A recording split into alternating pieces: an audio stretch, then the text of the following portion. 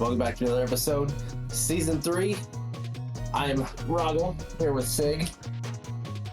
We have some topics we're going to try and cover today. I'm not sure exactly which one Sig's going to enjoy, but he doesn't have a choice. We're going to go back, dig into the bag of ideas that we'd like to throw up on our Discord. So we'll look and see what we have. And we're going to take one of his, since he made me do one of mine. I decided to and gave me a bunch of shit for it because of how I worded it, which isn't even fair.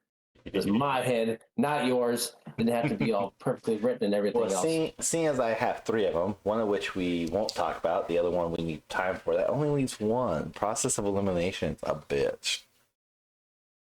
So the favorite comedian one? If you want, or we can do one of yours. Yeah, no, that's the one I wanted to do anyway, so all right. I chose it. Oh, I might. That's, so yeah. You only have 2 to choose from. I deleted one. You fucking did. So, favorite comedians in their show / routine. Now, I'm assuming routine, you mean like a stand-up show? Yeah, just any of their, like, whether it's a comedy special, stand-up, okay, any of their shows. That's why it says / routine, because show, routine, whatever you want to call it, because I know other people call it different things. It's not universally known as the same. So yeah. So do you watch a lot more comedies than you do anything else? Because it seems like you watch a lot more Naked and Afraid and weird documentaries at times. So I don't know if you really watch too many comedies. I know you don't watch horror movies, so maybe you do watch more comedy stuff. So I do watch comedy. I do watch comedy specials, and honestly, probably one of the better things about TikTok is seeing a lot of like routines and skits and everything done on TikTok, and then going, oh wait, this guy's kind of funny, and then go over YouTube, search up the skit or search up the comedian, and you're like watching their stuff, and then maybe they have a Netflix special, maybe they have a Max special, I don't know. I just kind of dive down the rabbit hole that one comedian for a few days. Because this is a dying art almost because of the now cancel culture that they have. Nobody can take a joke anymore, so it's very, very hard to continue on with comedy because they are pigeonholed into so many things they can and cannot say. They have more things they cannot say now than back in the day. I mean, back in the day, it was damn near wide open. But that's the thing, like, back in the day, literally pre-COVID. You had it was around COVID time. I mean, yeah, it was all starting like that too was very close. Yeah, it was all starting like right in the 2018, 2019. We started to see, like, I don't want to say resurgence, but we started to see a resurgence of it starting to happen, and everyone was like, "Oh my god, fucking serious!" And now we're like full swing. And the best like example of this is like Matt Rife, who I think is fucking hysterical. I think his stuff's pure gold on most times. And he worked his ass off. He did the whole social media thing, which he's stated numerous times he hates. He played to the audience that was there, and then he got his first Netflix special, and he just kind of pissed off a lot of people. He said he'd rather perform for guys than all the women. Women are his mass majority. He made some not so clean jokes, which again were still funny. Get the stick out of y'all's ass, but I get it. I understand where people come from. And he was just really quick overnight. Just everyone was like, fuck this.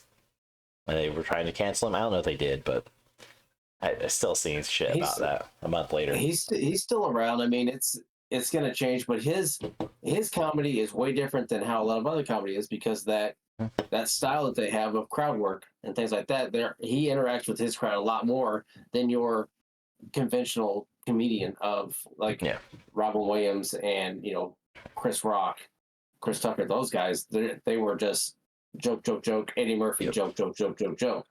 Not a whole lot of back and forth with that. And if anybody was to heckle from the outside, they were gone. Or they would shoot him down, give him shit, and they were gone. But Matt Rife lives off that. He just gives no interaction. I don't know how much show he actually has.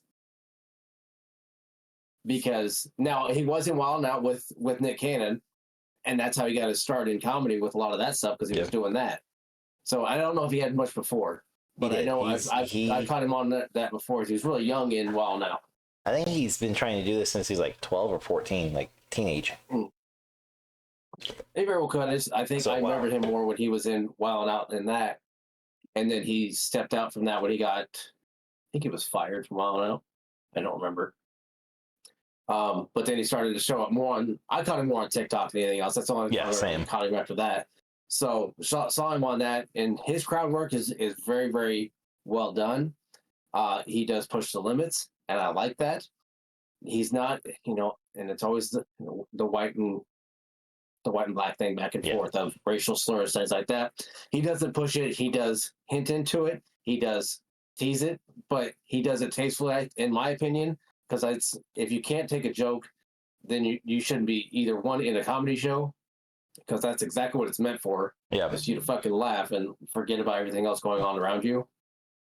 And if you can't do that, you're in the wrong spot.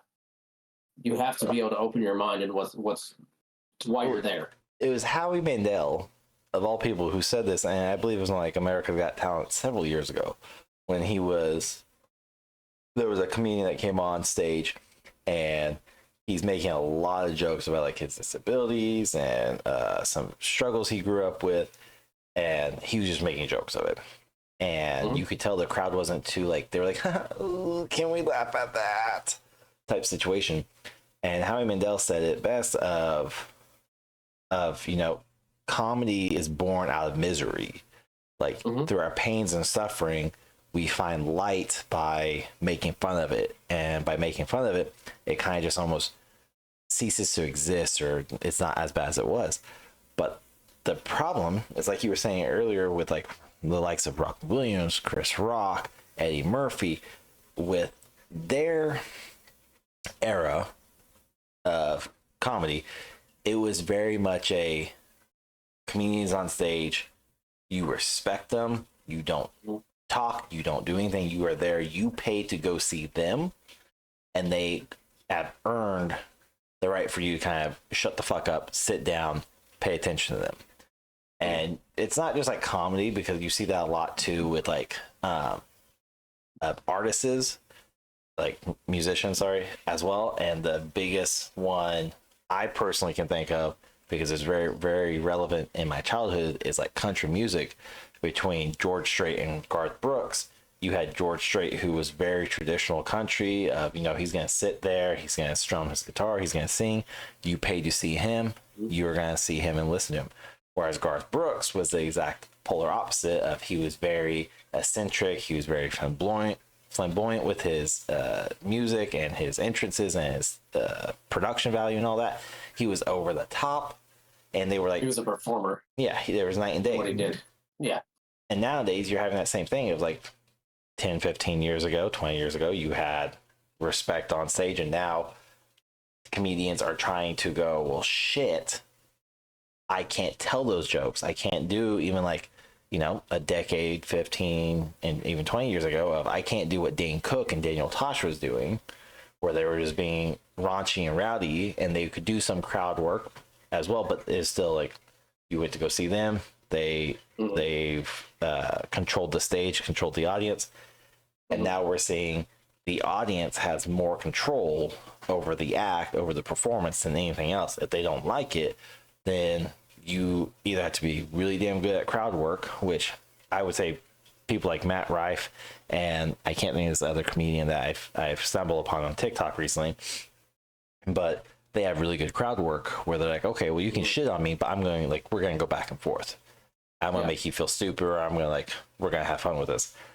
And you see so many other comedians who, like, you hear, boo, this sucks, or somebody's just heckling to be a heckler and to be a piece of shit. And the comedian's like, I don't know what to do. Like, they're just, and they can be seasoned veterans too, like been doing this for 10, 15, 20 years. And they're still just like, oh shit, I haven't had this. Oh, damn. So it's, and then of course everyone's walking on eggshells of, can I make this joke? Can I go into this realm, or you have to be G-rated? Even PG stuff will get you canceled. Look at you, Disney. Yeah, I mean, and it's just like uh, Kramer from Seinfeld, Michael Richards, when he had his meltdown because he was being heckled, and his mouth got him in trouble. Yep. I mean, essentially, it was just racial slurs were thrown out, and that pretty much canceled him before cancel culture was a thing. But that was known it's well known. Yeah, That's well one thing you do documented. not do. I mean, it's obviously you don't say stuff like that, regardless in your shows, things like that. So he got pissed. He said it. He was done. And so I mean, back then that's what happened. Nowadays, it doesn't have to be anything of that. It just has to be something to make somebody mad or Yep. upset to get somebody fueled up enough to come after you and have a bunch of idiots follow behind him and say, yeah, I believe in what you're saying. Like, okay, so Matt Rife says he wants to perform in front of guys and not women. Okay, he can't have an opinion now. Yep. He doesn't want to deal with women. Maybe he's tired of it. Maybe he's tired of being, you know, a sex symbol. I don't know. I don't know what's always been said because a woman can say that stuff, you know, but it We're kind not of going goes to end back up. and forth. Nope. It kind of goes back and forth. What can he say? What can he not say? But they want to pick and choose. So I don't know if it's going to go one way or another. Will he get canceled? Probably not. Will his shows probably dip down a little bit? Maybe. But look at not Louis C.K. Yeah, Louis C.K. who He's had a terminal or got in turbulent trouble. stuff. He was canceled for a little while and came back and is now talking about what happened. Yeah. I mean, I don't think like. I definitely don't think Matt Rife is canceled by any means, but he's definitely hurting right now, and it's very evidential with like the skits and everything you're seeing or his performances. You can see he's a little bit more reserved. You can tell he's maybe wants to say this joke or he wants to finish a different way. He changed it. Well, I was watching a TikTok video of his where I've seen the same joke numerous times through him with and I do mean like minor little tweaks, like change the city, change the girl's name type thing. He changed the whole outcome of it, and it doesn't hit the same, but it was more user friendly. I was like, oh, well, that's no fun. Okay, well, they got to him for now. But then you have, God, I can't think. Oh, then you have people who, like, I absolutely love Gabriel Iglesias, where he doesn't get into that controversial. He stays away from politics. He stays away from religion, and he's made a very successful, great career out of it. Movies, TV shows, lots of specials, lots of stand-up time, and I think he's retiring this year too. I think he's retiring in 2024, if I remember correctly. This is his last tour run. Could be wrong. I mean, he's been around for a while. He's getting not that he's getting up there in age, but he's getting to the point. I think he may be done with it. There. So I know he does a little more acting, but if he's done touring, cool. I imagine he'll come back and do random stuff like they do every now and then, pop in and out. But I mean, go on it because he had some great stand up shows. He's like one of my go to that I can watch over and over again and be perfectly happy and content. He's like, all right, it's still funny. Yeah, and I mean, you have other comedians that get canceled within their own culture, within comedy itself. Carlos Mencia. Yep. I saw he came to Iraq when he had his Mind of Mencia show going on, everything else. And it was funny at the time. Everything about it was great. I mean, obviously we're in Iraq and got to see a comedy show and a big name comedian at the time. Got to see a real person. Then when he was called out by Joe Rogan for stealing jokes from other comedians, yep, and all that went down. I mean, you can find it on YouTube still. No, I remember that. Him calling him on stage. So, I mean, you get caught doing that, called out for it, and I mean that pretty much ruined him. He was done after that. He had a run. I mean, he had his show and everything else, and he pushed a lot of limits as well with his comedy. He touched a lot of other things, but I think with the way that comedians are, I just hope that it doesn't die out and it just forms into something that's able to continue. I But I don't think it's think gonna be tough for people to take a joke. I don't think it'll die out. I think what's gonna happen is it's going to fizzle, and it's gonna be kind of what's the best way to put this? It's gonna kind of go back to the underground scene of, you know, Netflix is not going to invest a lot in comedy specials because, one, Netflix has to approve of all the jokes. Like, even Gabriel Iglesias mentioned that in his last special. And I think other comedians have said, you know, I had to watch what I'm saying. And they'll poke fun at Netflix early on. And, you know, they control the jokes. They control the nature of all of it. So I think what we're going to see is a dwindle. And we're going to see people just kind of like not be on big screens or not be on main streaming platforms. And because we're seeing the rise of TikTok comedian skits, and we're going to see third parties apps as well, maybe even YouTube, as long as they don't become aligned, to put it lightly.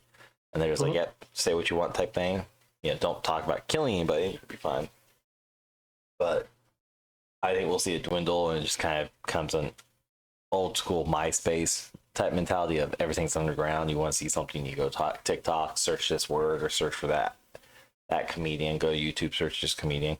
We're gonna see a spike in that virtual space, but we won't see it in Netflix or Hulu or Disney or whatever.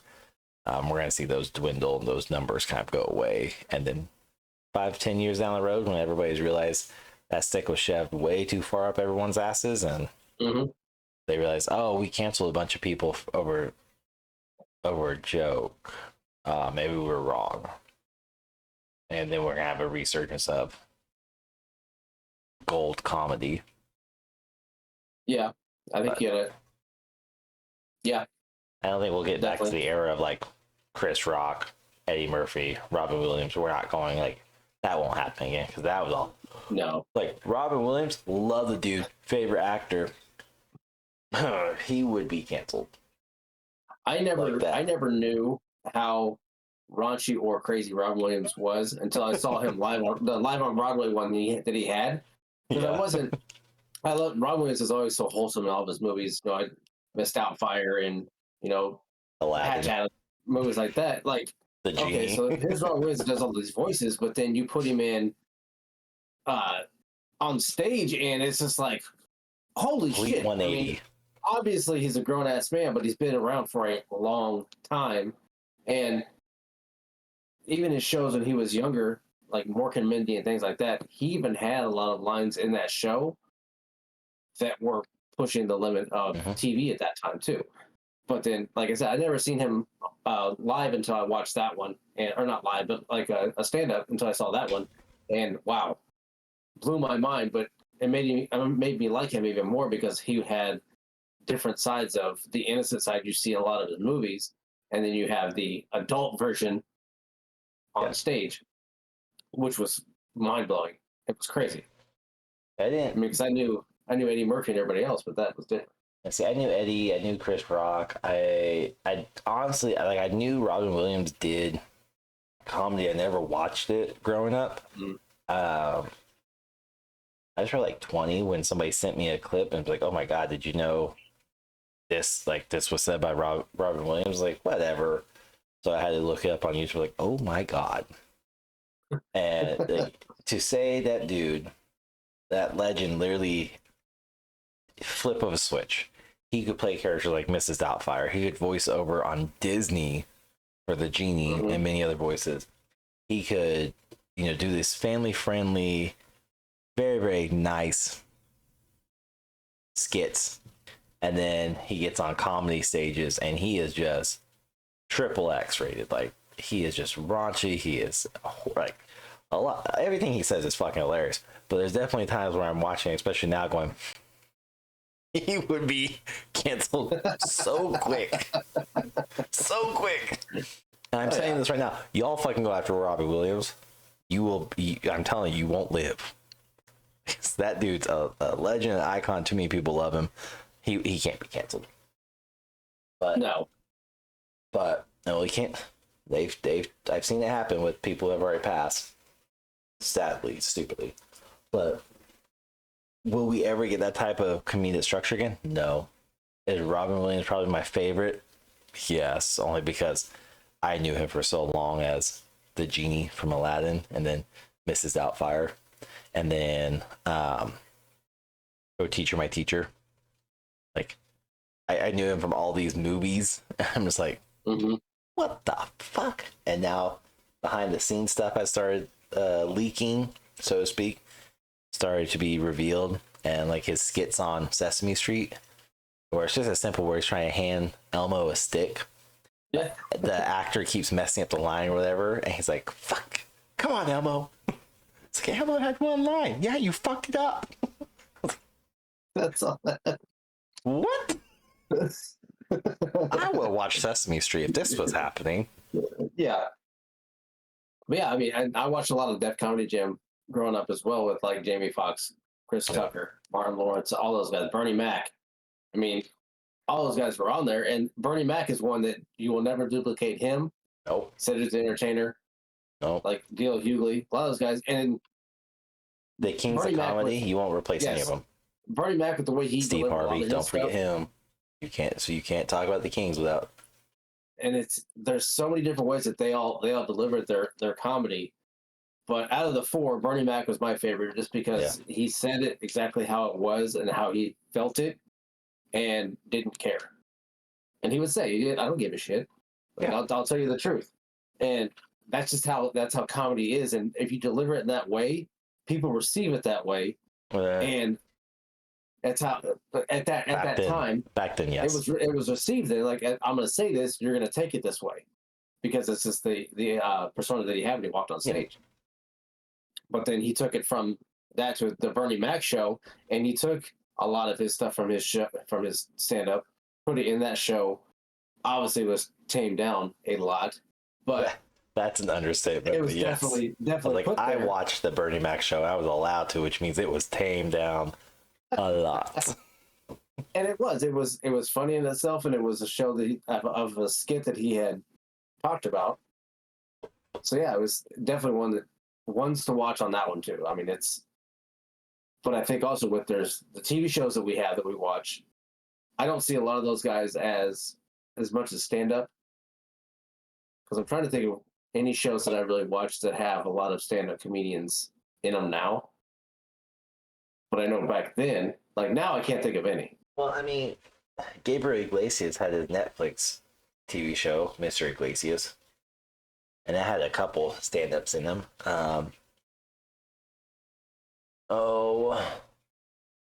Medea technically has comedians in it. Yeah, I guess I'm looking more like Bernie Mac show. That's that's stand-up like comedian based off his into skits, a show. gotcha. Yeah, or not, it doesn't be based off his skits, but like going from that to that, like Bill Engvall when he had his TV show. You know, he had his. He was good. Tim Allen, Foxworthy show, Last Man Standing, Home Improvement. Like Tim Allen is another, and if you don't know, is another one like Robin Williams, who is a very wholesome dad in these shows. But in the shows, I like to do is arrested for coke. But is chill out. Yes, but is way off that in his stand-up. He's off kilter in his stand-up. Yes. So that's the thing too. Is like he takes some of his comedy, puts it in the shows. It's tamed down, but I mean, even his movies, he has the same thing. But it's guys like that now. Like I can't. He's motherfucking Santa Claus. I can't. Yes, I can't think of anybody. You go from being arrested for cocaine to playing Santa Claus. I don't know. Well, no, I'm trying to think because like, I mean, I watch a lot. I can't think of anything that was like started off skits and then converted basically like comedian to TV. The closest you get is Mr. Iglesias from Gabriel Iglesias, but even then he doesn't have a lot of his skit material in there. He does have a couple jokes that get said on his tours that have made their way in there. Yeah. Does Tosh.0 count? I don't know if that's still around. I mean, no, it's not. There's that show got canceled. Are you sure? What's the he won. I can't remember the comedian competition, but he ended up getting his he got his own show, and it's named after his damn name. I can't. It starts with an M. I can't remember his damn name. I don't think he's funny, but he got his own show. And it came from, 'Tosh.0 only got canceled a couple years ago. Chill out. yeah, I wasn't saying like recently, but I knew You made it sound like it was forever ago. It's only a couple years. Start with an M, and he won. Mandi. Not Mandini. Nuts. No, it's. I'm not gonna. It's like, Was it the comedy knockout tournament or show, whatever it was called? I can't remember. Like, it's a comedian competition. It was. I mean, America's... Tiffany. No, not Tiffany Haddish. No, it was a guy. What the hell is his name? My statement holds. I can't. I don't know. I'm not gonna be able to think of it. Cedric the Entertainer has a show. Oh yeah, but got going on. Yeah. That he's got, but it's not obviously off of his skate. He does have some of his stuff in there, but I'm trying to think of, like, I've watched it. It's not bad. I think it's funny, but it's not anywhere close or ties into his comedy tours. No, not at all. I don't know. I can't think of the dude's name. I need more information than he won a competition. I can't remember what fuck competition it was. I don't know if it's Make Me Laugh or. It's been a few years since he won it, but he had one. I think it was funny. But yeah, like, it feels like there's more. When we were growing up, you'd see more of the comedians that had their shows on, TGI Fridays, or it was a Monday night show. Those big slots that they had for those shows, but there's not, like, now. It's all. I mean, obviously, anything big is going to be streaming. Yeah, lights all flickered. No, I mean, I'm trying to think. I honestly, the only one that's coming in, like, to mind that has skit material or stuff based off of his skits is Gabriel Iglesias. Cedric's new one has some. The Wayne brothers, I guess, but they're not active. No, I mean, they had a TV show. They had a TV show, and they did White Chick. Yeah, I mean, they've done multiple movies. It's a scary movie. 1 through 9. 1 through. However many did of those. Little Man. I would not say they're good movies. No, but I would say they're probably most notoriously known for White Chicks, seeing as that seems to be the one thing that gets brought up in interviews even now. What's the chances of doing it? Like, do you understand? We were in makeup for 9 hours. No, we ain't doing this again. Yeah. I can't think of anybody. I mean, Steve Harvey, but he has Family Feud and his TV, like his talk show. Mm-hmm. Yeah, it's a different. That's a different world, sadly. But yeah. Speaking of TGI Friday, though, like, I had to explain. I've been trying to explain TGI Friday to my oldest, whopping 6.5 years old. She's still trying to grasp the concept of, like, TV shows back to back with commercials. So, like, we have go like, to YouTube. They'll have the 3 or 4 hour block with commercials in it. I know. I can also just go to Peacock because it's the free version where, or the $4 a month where it still has commercials. Which is funny because she's good with them for like one episode. Because, I want that. Oh, this looks fun. Dad, can we get that? Next episode. Dad. Like, joke's on you. That was my whole life. And, side note. So I'm starting to realize she's very possessive of the remote, Apple TV remote. So, like, she'll walk around with it and she'll sit at the table when she's eating lunch and she'll hold it. She doesn't put the damn thing down. She'll hold it, or she'll sit on the couch and she's just doing this, like holding it right in her chest. So like the other day I went up. I was like, "Hey, let me have the remote." She's, "I'm watching TV. Let me have the remote." Okay. Took it. I literally just placed it on the arm of the couch. I didn't even want to watch TV. I just placed it on the arm of the couch, and she's, "Why do you do that? What are you doing? You don't need to hold on to the remote. No one's gonna take it from you. This isn't my childhood. You're safe. You're fine. You can have the TV. Your brother has the iPad. You guys are content. It's fine. Your mom and I don't need to watch TV." Oh, okay. And then sure enough, she'll change it to something else, and that remote just goes right back to her chest, and she just holds on to it.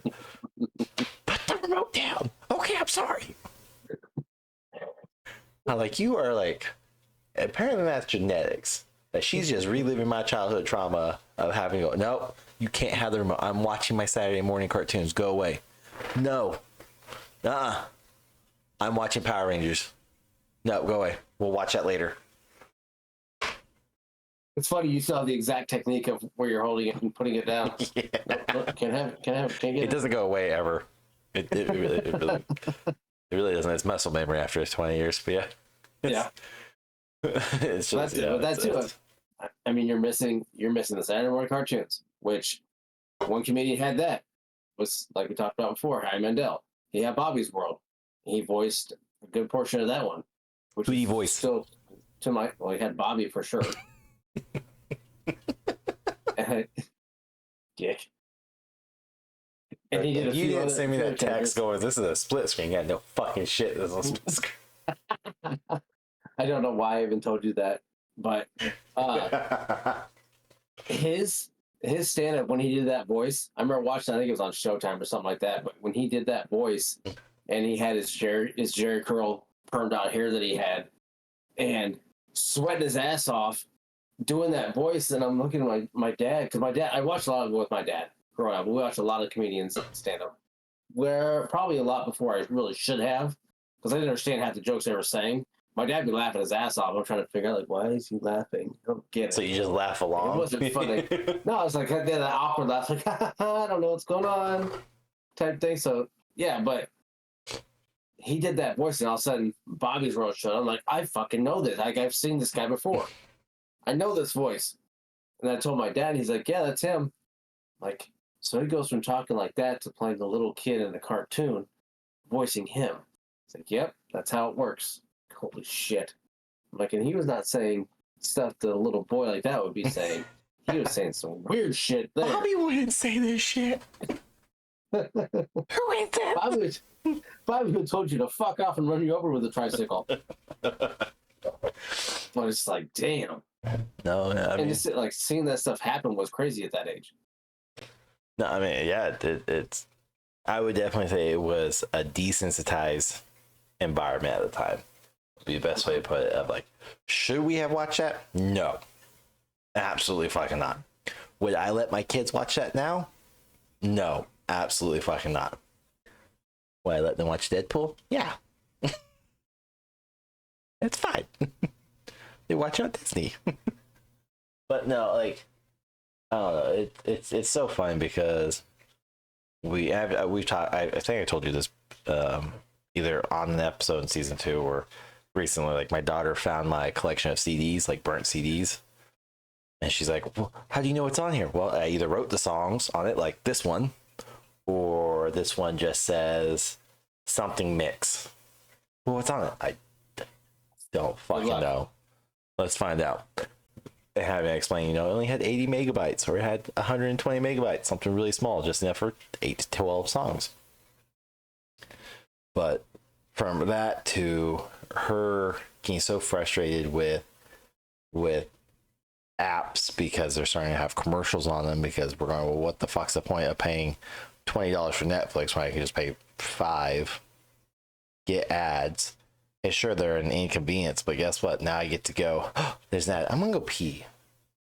I'm going to go make my snack. Like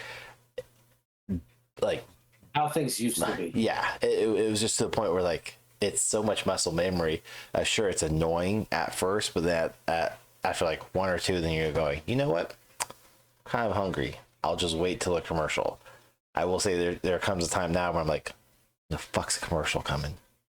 I go pee. I gotta pee, you gotta pee, you gotta pee. Granted, you can probably pause it. Yes, but here's the thing. I was gonna get into that because there's been a couple times where we're like, oh, come on. Okay, it's been on a 15-minute stretch. I know they only have four commercials during this hour long. I'm like doing the potty dance or whatever in my seat, and all of a sudden I'm like, fuck it, pause, go to the bathroom, come back, unpause it, 2 more minutes, commercial. Oh, you stupid bitch. I fucking hate you. It's fun. It's more funny like when I do it when my kids are around and they're playing or watching a tablet or whatever. Mostly like in my room or my office, they'll be doing arts and crafts over there at the table, and I'll sit here. I'll just be watching a show, and I'll be like, okay, okay, spacebar, pause. I gotta go pee, and then come back, and I'm like, mother, god damn it, what's wrong, Dad? It's a commercial. I had to go pee. I was trying to hold it. I couldn't hold it long enough because I was holding it for the past 15 minutes. I knew I could hold it, and now it's just like I had to go. Oh, you should have waited. Yeah, no shit. Thanks. Didn't know that. I waited 15 minutes, not 17. My bad. Now, granted, there are some platforms where like you can see the commercial markers, so I'll definitely like hover over and be like, "Yeah, I got time. Yeah, I can hold it. Yeah, it's fine." And you see some like span within 10 minutes, you see 3 dots, and you're going, "I'm gonna go make some food," because clearly nothing happens in this part of the show, because that's where all the commercials are at. So it's not important to the storyline.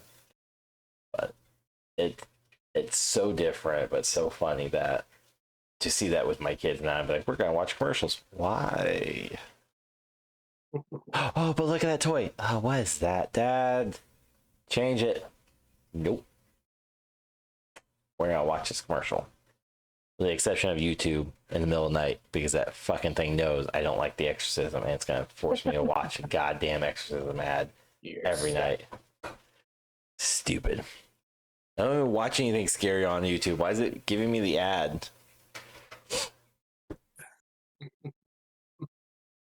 That's what you get, though. That's what you get. So you're just gonna lay back and relax. That's what you get. Yeah. But do you still watch a lot of stand-up, like comedy, like old stuff, or do you try more watch Both. more new stuff? Okay. I creature of habit and of repetition, I guess, would be best. It's like I like the old stuff because I know how it goes. I like it. I know like what to expect. Robin Williams, raunchy. Tim Allen, raunchy. Kings of comedy, funny ass shit. It can go from raunchy to funny to I don't say family friendly, but relatable. Like it's all funny. Mm-hmm. To like the newer stuff, it's if I see a new like comedy special on say Netflix or Amazon, I probably damn near all the time, like over 90%, I will go find their skits on TikTok and look for short little like 1 to 3 minute skits and see if it's worth my time to invest. And if they're not funny in a minute, if they're not funny in 3 minutes, then it's not my cup of tea. But like I watch Grant from America's Got Talent. Like I watch Drew Lynch and I watch Sam Conroe. Is that his last name? But anyways, Sam has Tourette's, so he has tics and everything. He makes fun of it and he plays into it. And then Drew Lynch had a very bad speech impediment where he would stutter a lot because he took a softball to the head as a high schooler. So, but found from America's Got Talent, he was very PG. Both of them were very PG on AGT. Found his stuff after AGT, and you're like, oh, you're not PG friendly. This is awesome, and like it's better. But I don't know, I tend to stumble upon my comedians where I'm like, oh yeah, I should watch this. I should listen to this. I'll do that. Or it's like podcast episodes. They're like, we have a special guest on. It's like, who the fuck are you? TikTok. Yeah, I mean, you can get caught in a deep rabbit hole when it comes to a lot of those comedians like that, because that gets very, very weird at times, and you do come across some comedians you're like, why are you showing me this? That's not funny. I don't find anything about it funny. But then you go to the Yeah. next one, and they're hilarious. But it's I think one guy that I would like to see have a show. I don't know if he will. I don't know if he already has. Is Burt Kreischer. Does he not have a show? I don't know if he does. I don't think he has a show. I know he has obviously that movie that just came out, The Mechanic, but maybe he did have a show. He had. I don't know what Burt the Conqueror is, but no, I think it.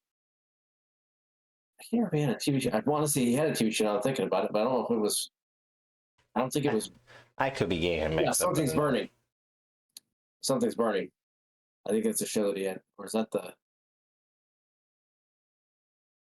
No, that was that was a YouTube show. I want to see he has some, but anyways, he's funny as shit. Mm-hmm. His two guys, two bears, one cave. Yeah. That they have their podcast, hilarious. Listen to it. Yeah. The Mechanic movie. Did you watch that? No, not yet. It's good. It's Okay. it's definitely it's worth watching. But if he had a show, or if he had, I thought he was. He may have had a guest appearance type where he was in a couple episodes, but I could have sworn I saw him on a TV show. I can't even say recently because my catalog of shows will literally range from new episodes that just debuted like a week ago to 40 years ago. Now there is a show with two comedians that's coming out. One is a very controversial comedian, as in the last 5 years, with being Roseanne. Okay. And Tim Allen are going to have a show together. Now it was pitched. I don't know if it's going to have any type of gravity where it's going to keep going, but it was pitched and received very well. So we'll see what happens. I don't know any idea about the whole concept of the show or whatever, but it's going to have the same feel of Tim Allen in Last Man Standing / Home Improvement style, but I don't think they're going to do him as the father figure. He's going to have but he's going to have that style of character, but not a father figure. Gotcha. And how he is, and I don't know how Roseanne's going to be though. You think they would let him do that with him signed to a multi-year contract with Disney? It depends Santa on Claus and Toy Story. Well, he was making Last Man Standing and everything on the same contract. Yeah, but he was making it on ABC, which was owned by Disney. Yeah. So which I'm sure it may be ABC as well, and it's going to be probably around the same thing. It's not going to be full-fledged of everything else, because Last Man Standing swapped from ABC to another was it Fox? I want to say it was Fox. I think. Which Disney now owns by them too. I mean, end of the day, Disney's gonna own everything anyway, so I don't know really what's gonna happen or if it's gonna happen, but it was well received in what they talked about, so I would like to see it because those two going back and forth could make for a good show. Yeah. And see, I like Tim Allen a lot. I don't. I do too. Roseanne is the only one that's like, eh. She's tough to take. Well, like I've seen some current. I wouldn't say stand up because definitely not stand ups, but I've seen like just current videos circulating with her, and I'm just like, it comes across very. Oh, what's the word? Condescending and rude. No, just like disconnected. Oh yeah. Where you're like, you really need like, kind of like you need to shut up. You have no idea what the plight is about or anything. But granted, that's a lot of Hollywood. A lot of those people are like, I feel your pain, bitch. No, you don't. I promise you, living in that mansion of yours, you don't know what it's like. Yeah. But thank you. But it's one I'd like to see because I'd like to see how they can play out together. It could be interesting. It could be interesting. So that's what I did see. Oh, there was a. God damn it! the reason why I posted this in Discord is there was a comedian who was getting ready to have a stand-up special. I don't remember where. He's a British comedian. Oh, this is gonna piss me off now. I'm sure I'm gonna text you at like 1 o'clock in the morning. Got it, bitch. This person. And he'll be like, shh, sleeping. God damn it. But he was really funny. And then there's an Irish guy too. And they're just fucking hilarious. You can't understand half the shit the Irish dude says unless he slows down. Because once he starts telling his joke and he's like picking up speed and start talking really, really fast, and you're like, what? Hold on. Accent.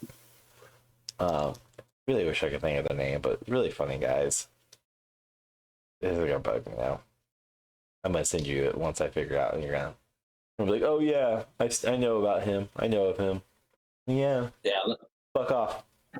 If I remember the guy that I've been talking about, his name starts with an M. I'll let you know too, because I guarantee I'll think about it later. We haven't Googled much yet. We're at episode 3.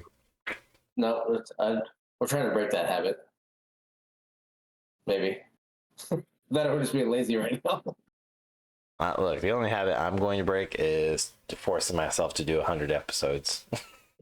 We'll do it again.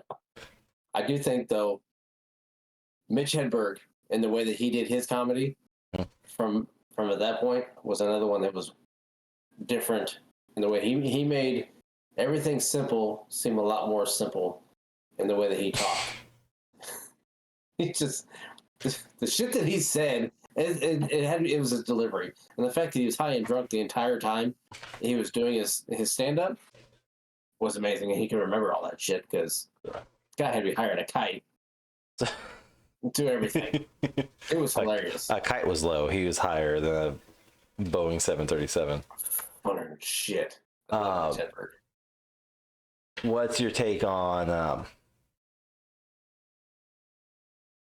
goddamn the blue collar gang? There we go, with Jeff Foxworthy, Bill Engvall, Ron White. I hated Larry the Cable Guy. I couldn't understand. Yeah. Larry the Cable Guy was a gimmick. He even said it himself. He doesn't talk like that. Everything else, it was his gimmick. He wrote it. Good on him for having that. I didn't find his comedy too funny. Bill Engvall, I love. Ron White, I love too. Jeff Foxworthy was just that. Bill and Jeff were those punchline guys that had just their comedy that they had. The Here's Your Sign from Bill Engvall, and then the redneck stuff from Jeff Foxworthy. I mean, that was just stuff that was great for the time. They were funny. And they had their time and it died. But Ron White, Bill's current stuff is still funny. I haven't heard anything up recently of his. He did I don't know if it's a tour, but he did a performance where he's talking about his time of like he was talking about COVID. He's stuck at home with his wife, who he hasn't been stuck at home with day after day for so long, and he talks about how he was basically a part-time husband where he'd be gone for 2 to 3 weeks at a time, come home for a week, leave for 2 to 3 weeks or longer at a time, and he was only there, so they always got to make things interesting for that 1 week he was there, or 2 weeks, and then COVID hit and he was there for 6 months, and he's like, don't know what to do. It's like, you do this every day? Why? So he has some new material out that's hilarious. I stumbled upon that via TikTok. I was like, oh, this must be old, until he's like, yeah, when we were locked down during COVID, I went, hold on, this is somewhat excellent. I gotta find this. Ron White's he's hit and miss. Like, he's funny. I like a lot of his stuff, but he's hit and miss. Larry annoyed me. Like, there were certain things, like he definitely had a couple jokes that were like, it made me laugh because it was relatable at the time, but it was just, for the most part, I hated the voice and the get her done, because man, when that caught fire, fucking everywhere. I used to remember that being like, even football practice, we'd have a head coach who just loved that. Like, he loved Larry the Cable Guy, and he'd be like, all right, get it done. I was like, shut up. It was one of those catchphrases that caught on. Like, Jeff Foxworthy, though, I mean, I knew him more from like TV specials and 12 Days of Redneck Christmas. Mm-hmm. And then I got into like the Blue Collar tour, and I was like, oh, okay, he's to a degree he's relatable, it's funny, but the moment he started getting like the repetitiveness of, okay, every show he has, it's going to be 20 minutes of redneck. It's like, okay, cool. Yeah. You're just recycling the material. You may tell this joke every 6 tours, but it's still the same shit I heard last year. Yeah, I mean, I love Bill Engvall. I think he's fucking hilarious. I love his comedy shows, like his actual TV shows, and his routines. One person I can tell you I got a lot of shit growing up, and I probably still do. Shouldn't say growing up because it makes me sound like I was like 5 or 6 in my teenage years. And I still get a lot of shit now where when people's like, who did you listen to? I was like, oh, fucking Dane Cook. You want to know where I get my mannerisms and my attitude from? And just going, all right, I can do this. And he's one of those comedians that went from comedic stand-up, well, webtoon to comedic stand-up to movies and TV shows and, you know, employee of the month. Fucking hilarious still. I, like, watch it at least once or twice a year. Good Luck Chuck, just funny. Because, again, if you know my past, not, you don't even know my past history, because I wasn't a floozy, but the fact that in high school I had the reputation, ill-earned, by the way, I had a reputation of being a man whore, even though I wasn't fucking sleeping around. And I'll tell you why. I have a theory, because no one's ever told me this, but I have a theory. There was a lot of girls who thought I was gay because I have a gay brother. And again, this was a time of gay's genetic, dumbasses. It's like, oh, he has a gay brother, he must be gay. So girls liked me. I gotta do a lot of stuff. Gotta go shopping, gotta go to dressing rooms, all that stuff. And then I just had a lot of girlfriends. So I got the title man whore. My assumption. Don't know if it's true. Didn't sleep with anybody. Didn't sleep with me. What? But anyways, I just remember Dane Cook, and I remember watching him, and everyone was like, oh my god, you watch Dane Cook? He's not funny. I was like, yeah, the fuck he is. I had all his albums, I had all the CDs, I still do. Like, it really pissed people off when, like, I was, fuck you. Like, what are you doing? The Sufi. Not only am I pissed at you, I'm super pissed at you. My kids may know how to do that.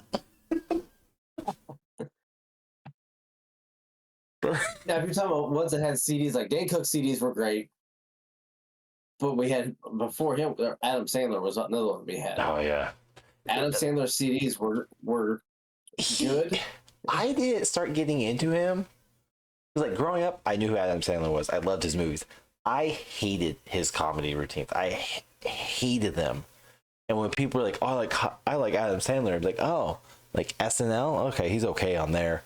And they're like, "No, this movie. Oh yeah, 8 Crazy Nights, amazing." And other people are like, "No, stand up. Didn't you hear it?" They play it like, "This is shit. This is shit. He's better on Little Nicky. Fuck this shit." Like I did not like his stand-ups. I hate Little Nicky. I can't stand that movie. The way he talks in it drives me nuts. I hate it. I hate Little Nicky so much. There are so many references I make to his movies, and Little Nicky has a couple of them. But like again, he's one of those like would not last. His original content would not last nowadays. But totally flipped the stance once I joined the military, and he was visiting overseas for something. And he didn't do a tour or anything. He was just visiting, and we got to see him at the BX. And I remember she's like, "Oh, this is funny. Gotta say hi," type thing. And I was like, okay, let me look into it. I'll give him another chance. And I was like, okay, his stuff's funny. I like it. But adamantly, like, as a teenager, I was like, fuck you, fuck him. He's stupid. I hate him. And I'm like, yeah, he's good. He's good. I'll give him his props. It's fine. Yeah, I mean, trying to listen to the CDs now. I mean, they're funny to listen to. There's other ones just like, what the fuck were you even trying to thinking making this one? Like, I listen to the goat skit. I love the goat skit. That one cracks me up every time. It's like, oh, you're a talking goat. Pretty cool. He's not an older. He's not an older comedian, but Brad Williams. Oh, tell me you know who he is. He's a little person. Is he the okay? Yeah, he was there with Carlos Mencia. He's a He was in Iraq with Carlos Mencia. We saw him as well. He's hilarious. Yes, he is. I ran across this shit years ago, and it wasn't like YouTube or anything. I was just literally dicking around. When I was in Germany, I was dicking around looking for stuff on iTunes that I could download and listen to, because I couldn't get American, quote unquote, American music or skits on iTunes unless I was connected like to internet in the US, because once I was overseas I was on German, so they had a lot of blocks, so I had to torrent a lot of stuff. But I stumbled upon him by complete accident looking for an actor or something that was also named Brad Williams, and then fucking hilarious gold. Like he is I still listen to his shit on my iTunes, and I will, like, if I go on a road trip, if I drive like an hour or two, so if I go to Topeka or if I decide to go back home, I would play Brad Williams or I'd play Dane Cook's old stuff, and my wife would get so annoyed of, how can you listen to a stand-up routine while driving? It's because it's fucking hilarious. Go to sleep, because you're gonna fall asleep on me in 10 minutes. This is for me. It's not for you all. This is for me. Yes. I mean, I had on my iPod when I was deployed in Iraq, I had three. I had Eddie Murphy, Delirious, Eddie Murphy Raw, and I had Rob Williams live on Broadway. I had them download on there, and I listened to Raw and Delirious and live on Broadway over and over. And then we were on patrols and shit, we'd play it as well. So we'd have that shit going, and we could quote it. We would quote Eddie Murphy and Robin Williams the entire fucking one, because that's the only three that I had, and nobody else really had downloaded any. So we were walking around like, Eddie, what have you done for me lately? Just shit like that. And we all knew what we were talking about. A lot of people didn't know, that they didn't know Eddie Murphy. Just like, the fuck is wrong with you? So it's like, the fuck? Like, what are you guys talking about? Like, so a lot of people caught on to it, and we all started listening to it. But it's shit like that is just how we learned about a lot of it, through other people like that. But I didn't know anything about Eddie Murphy growing up until my dad had told me about him. And I obviously didn't see Raw or Delirious when I was younger. It wasn't until I think I was probably 19 or 20 by the time I saw that one. I was a teenager. I think I saw it. I can only say teenager because I definitely remember watching it at Buddy's house, because we had fucking parents had such a weird rule. We couldn't watch a lot of stuff at our house because religious constraints or political affiliation or somehow tied to Middle Eastern or Nazis, whatever. But the rule was, if we watch at our friend's house, they can't control that. So whatever the friend's watching, we could. So rated R stuff. I remember a buddy of mine, his dad rented Raw, and we're like, okay, whatever. Didn't think anything of it. He played it, and he didn't kick any of us out. We just sat there in the living room with this grown ass man in his like mid 50s watching Eddie Murphy. I'm just like, went home, was talking to my younger brother, telling him about it. Like, this is so funny. Eddie Murphy's so funny. Blah blah blah blah. You watch what? It doesn't count. I watched it at my friend's house. That was your rule. I just remember getting my ass beat because I mockingly told them, it was your rule. I can't be in trouble. It's your rule. I don't think I got in trouble for watching it. I got in trouble for mocking, but it makes me feel better if I say it because I watched it. Weirdly enough. No, I mean, there's a lot of comedians out there. I think we're just getting old, and we're gonna sound like old fucking men going, I prefer the olden days. But there's some truth to it due to the current environment. Well, yes, but there's some truth to it due to the current environment status that everyone's having to kind of walk around and tiptoe of. Whether you call it cancel, whether you call it woke, whether you call it extreme, like, it doesn't matter.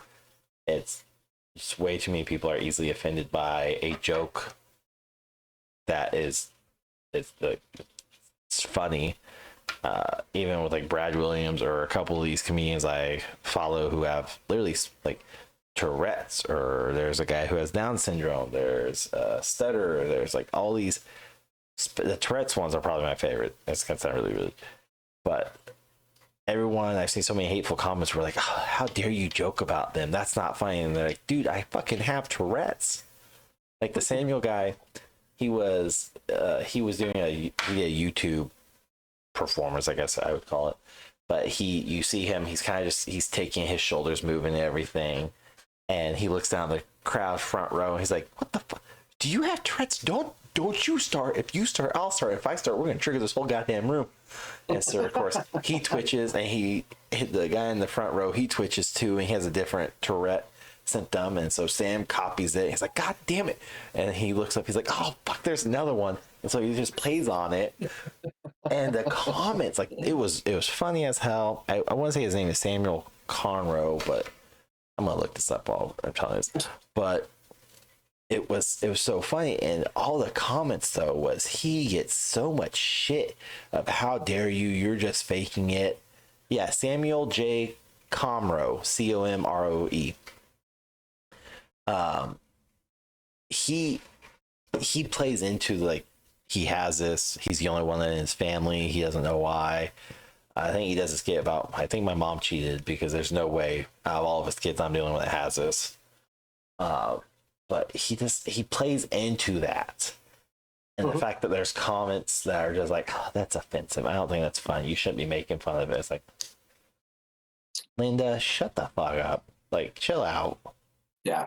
And it just, I don't want to say it ruins comedy, but it's like, if I watch something on YouTube or if I watch something on TikTok and it's a comedy or a comedian at all, I don't even go to the comments at all. Even if I'm missing like the beginning part of a joke, I'm trying to see if there's a part one or if there's another part, I can't go to the comments because it's way too uppity tight in there. Oh yeah, it is. Everybody has to put their opinion out there like it matters. Yeah, they're like buttholes. Everyone's got one, and they stink. It's always easy to say. It's not a dick. Don't take it so hard. Yeah, It'll be okay. Yeah, that's why we get along so well. But no, I mean, it would be interesting to see, like we've talked about, the comedian ghost TV series, like bring their skit type, since there's not so many. I'm sure.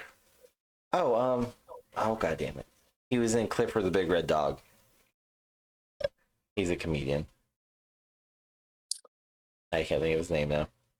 Goofy ass British dude. And there's John Mulaney. He's in TV shows. That's who it is. Mulaney. That's who it is. You said it started with an M. His name starts with a John. John Mulaney. That's his last name is what I was talking about. Like, Mulaney, that's his fucking name. He's not military. If they're not military, no, but you can't go by last name if they're not military. I need full names here. No, because what show did he win? Did he win the show? Yes, he won. He won whatever fucking show it was. John Mulaney.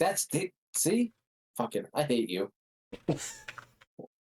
I can't. He won a fucking. Oh, gosh. What competition was it? Whatever, not some fucking showing, whatever. John Mulaney won what fucking... Somebody probably listening to say, it's fucking this. Like, I don't know what you're talking about. Fucking show is it? That's making me mad now.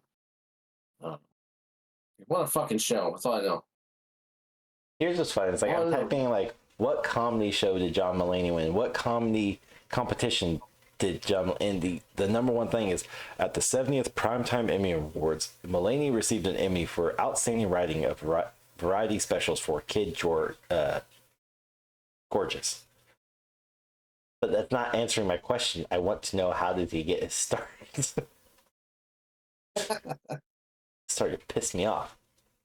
But he's also like Spider-Man Into the Spider-Verse. He is? Yeah. Oh, I didn't know that. What the fuck? Okay, I see like Funny or Die shows up, but that's not it. Hold on, I may have found it. Bear with us with everyone.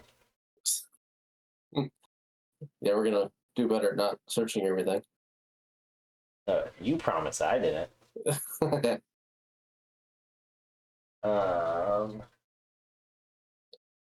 He won the Emerging Comics of New York Award for Best Short Film.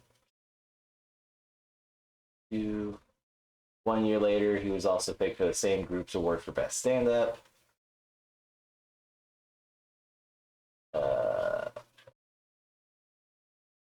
He was in Comedy Central 2009 to 2010. Saturday Night Live.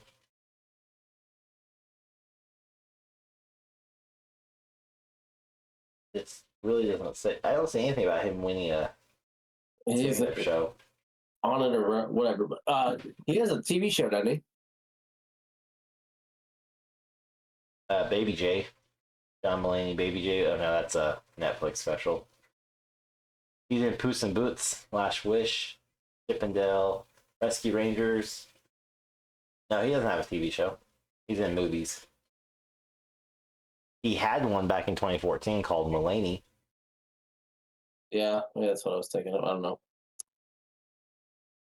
I didn't think he was funny. I don't think he's that funny. I like his stand-up routine. I never found him funny. Before Baby J, which I haven't finished all the way just because kids came in and it got to a point I was like, you can't listen to this way. Because he's talking about getting clean and sober. Oh. I'm not saying that's why he was funny. I'm just saying that's what his current special's about. Or at least the segment I was getting to. Yeah. Now that Rahgel has itched at that spot in his brain, fucking yelled at me. You don't yell at the producers. Yes, I do. Talent does not do that.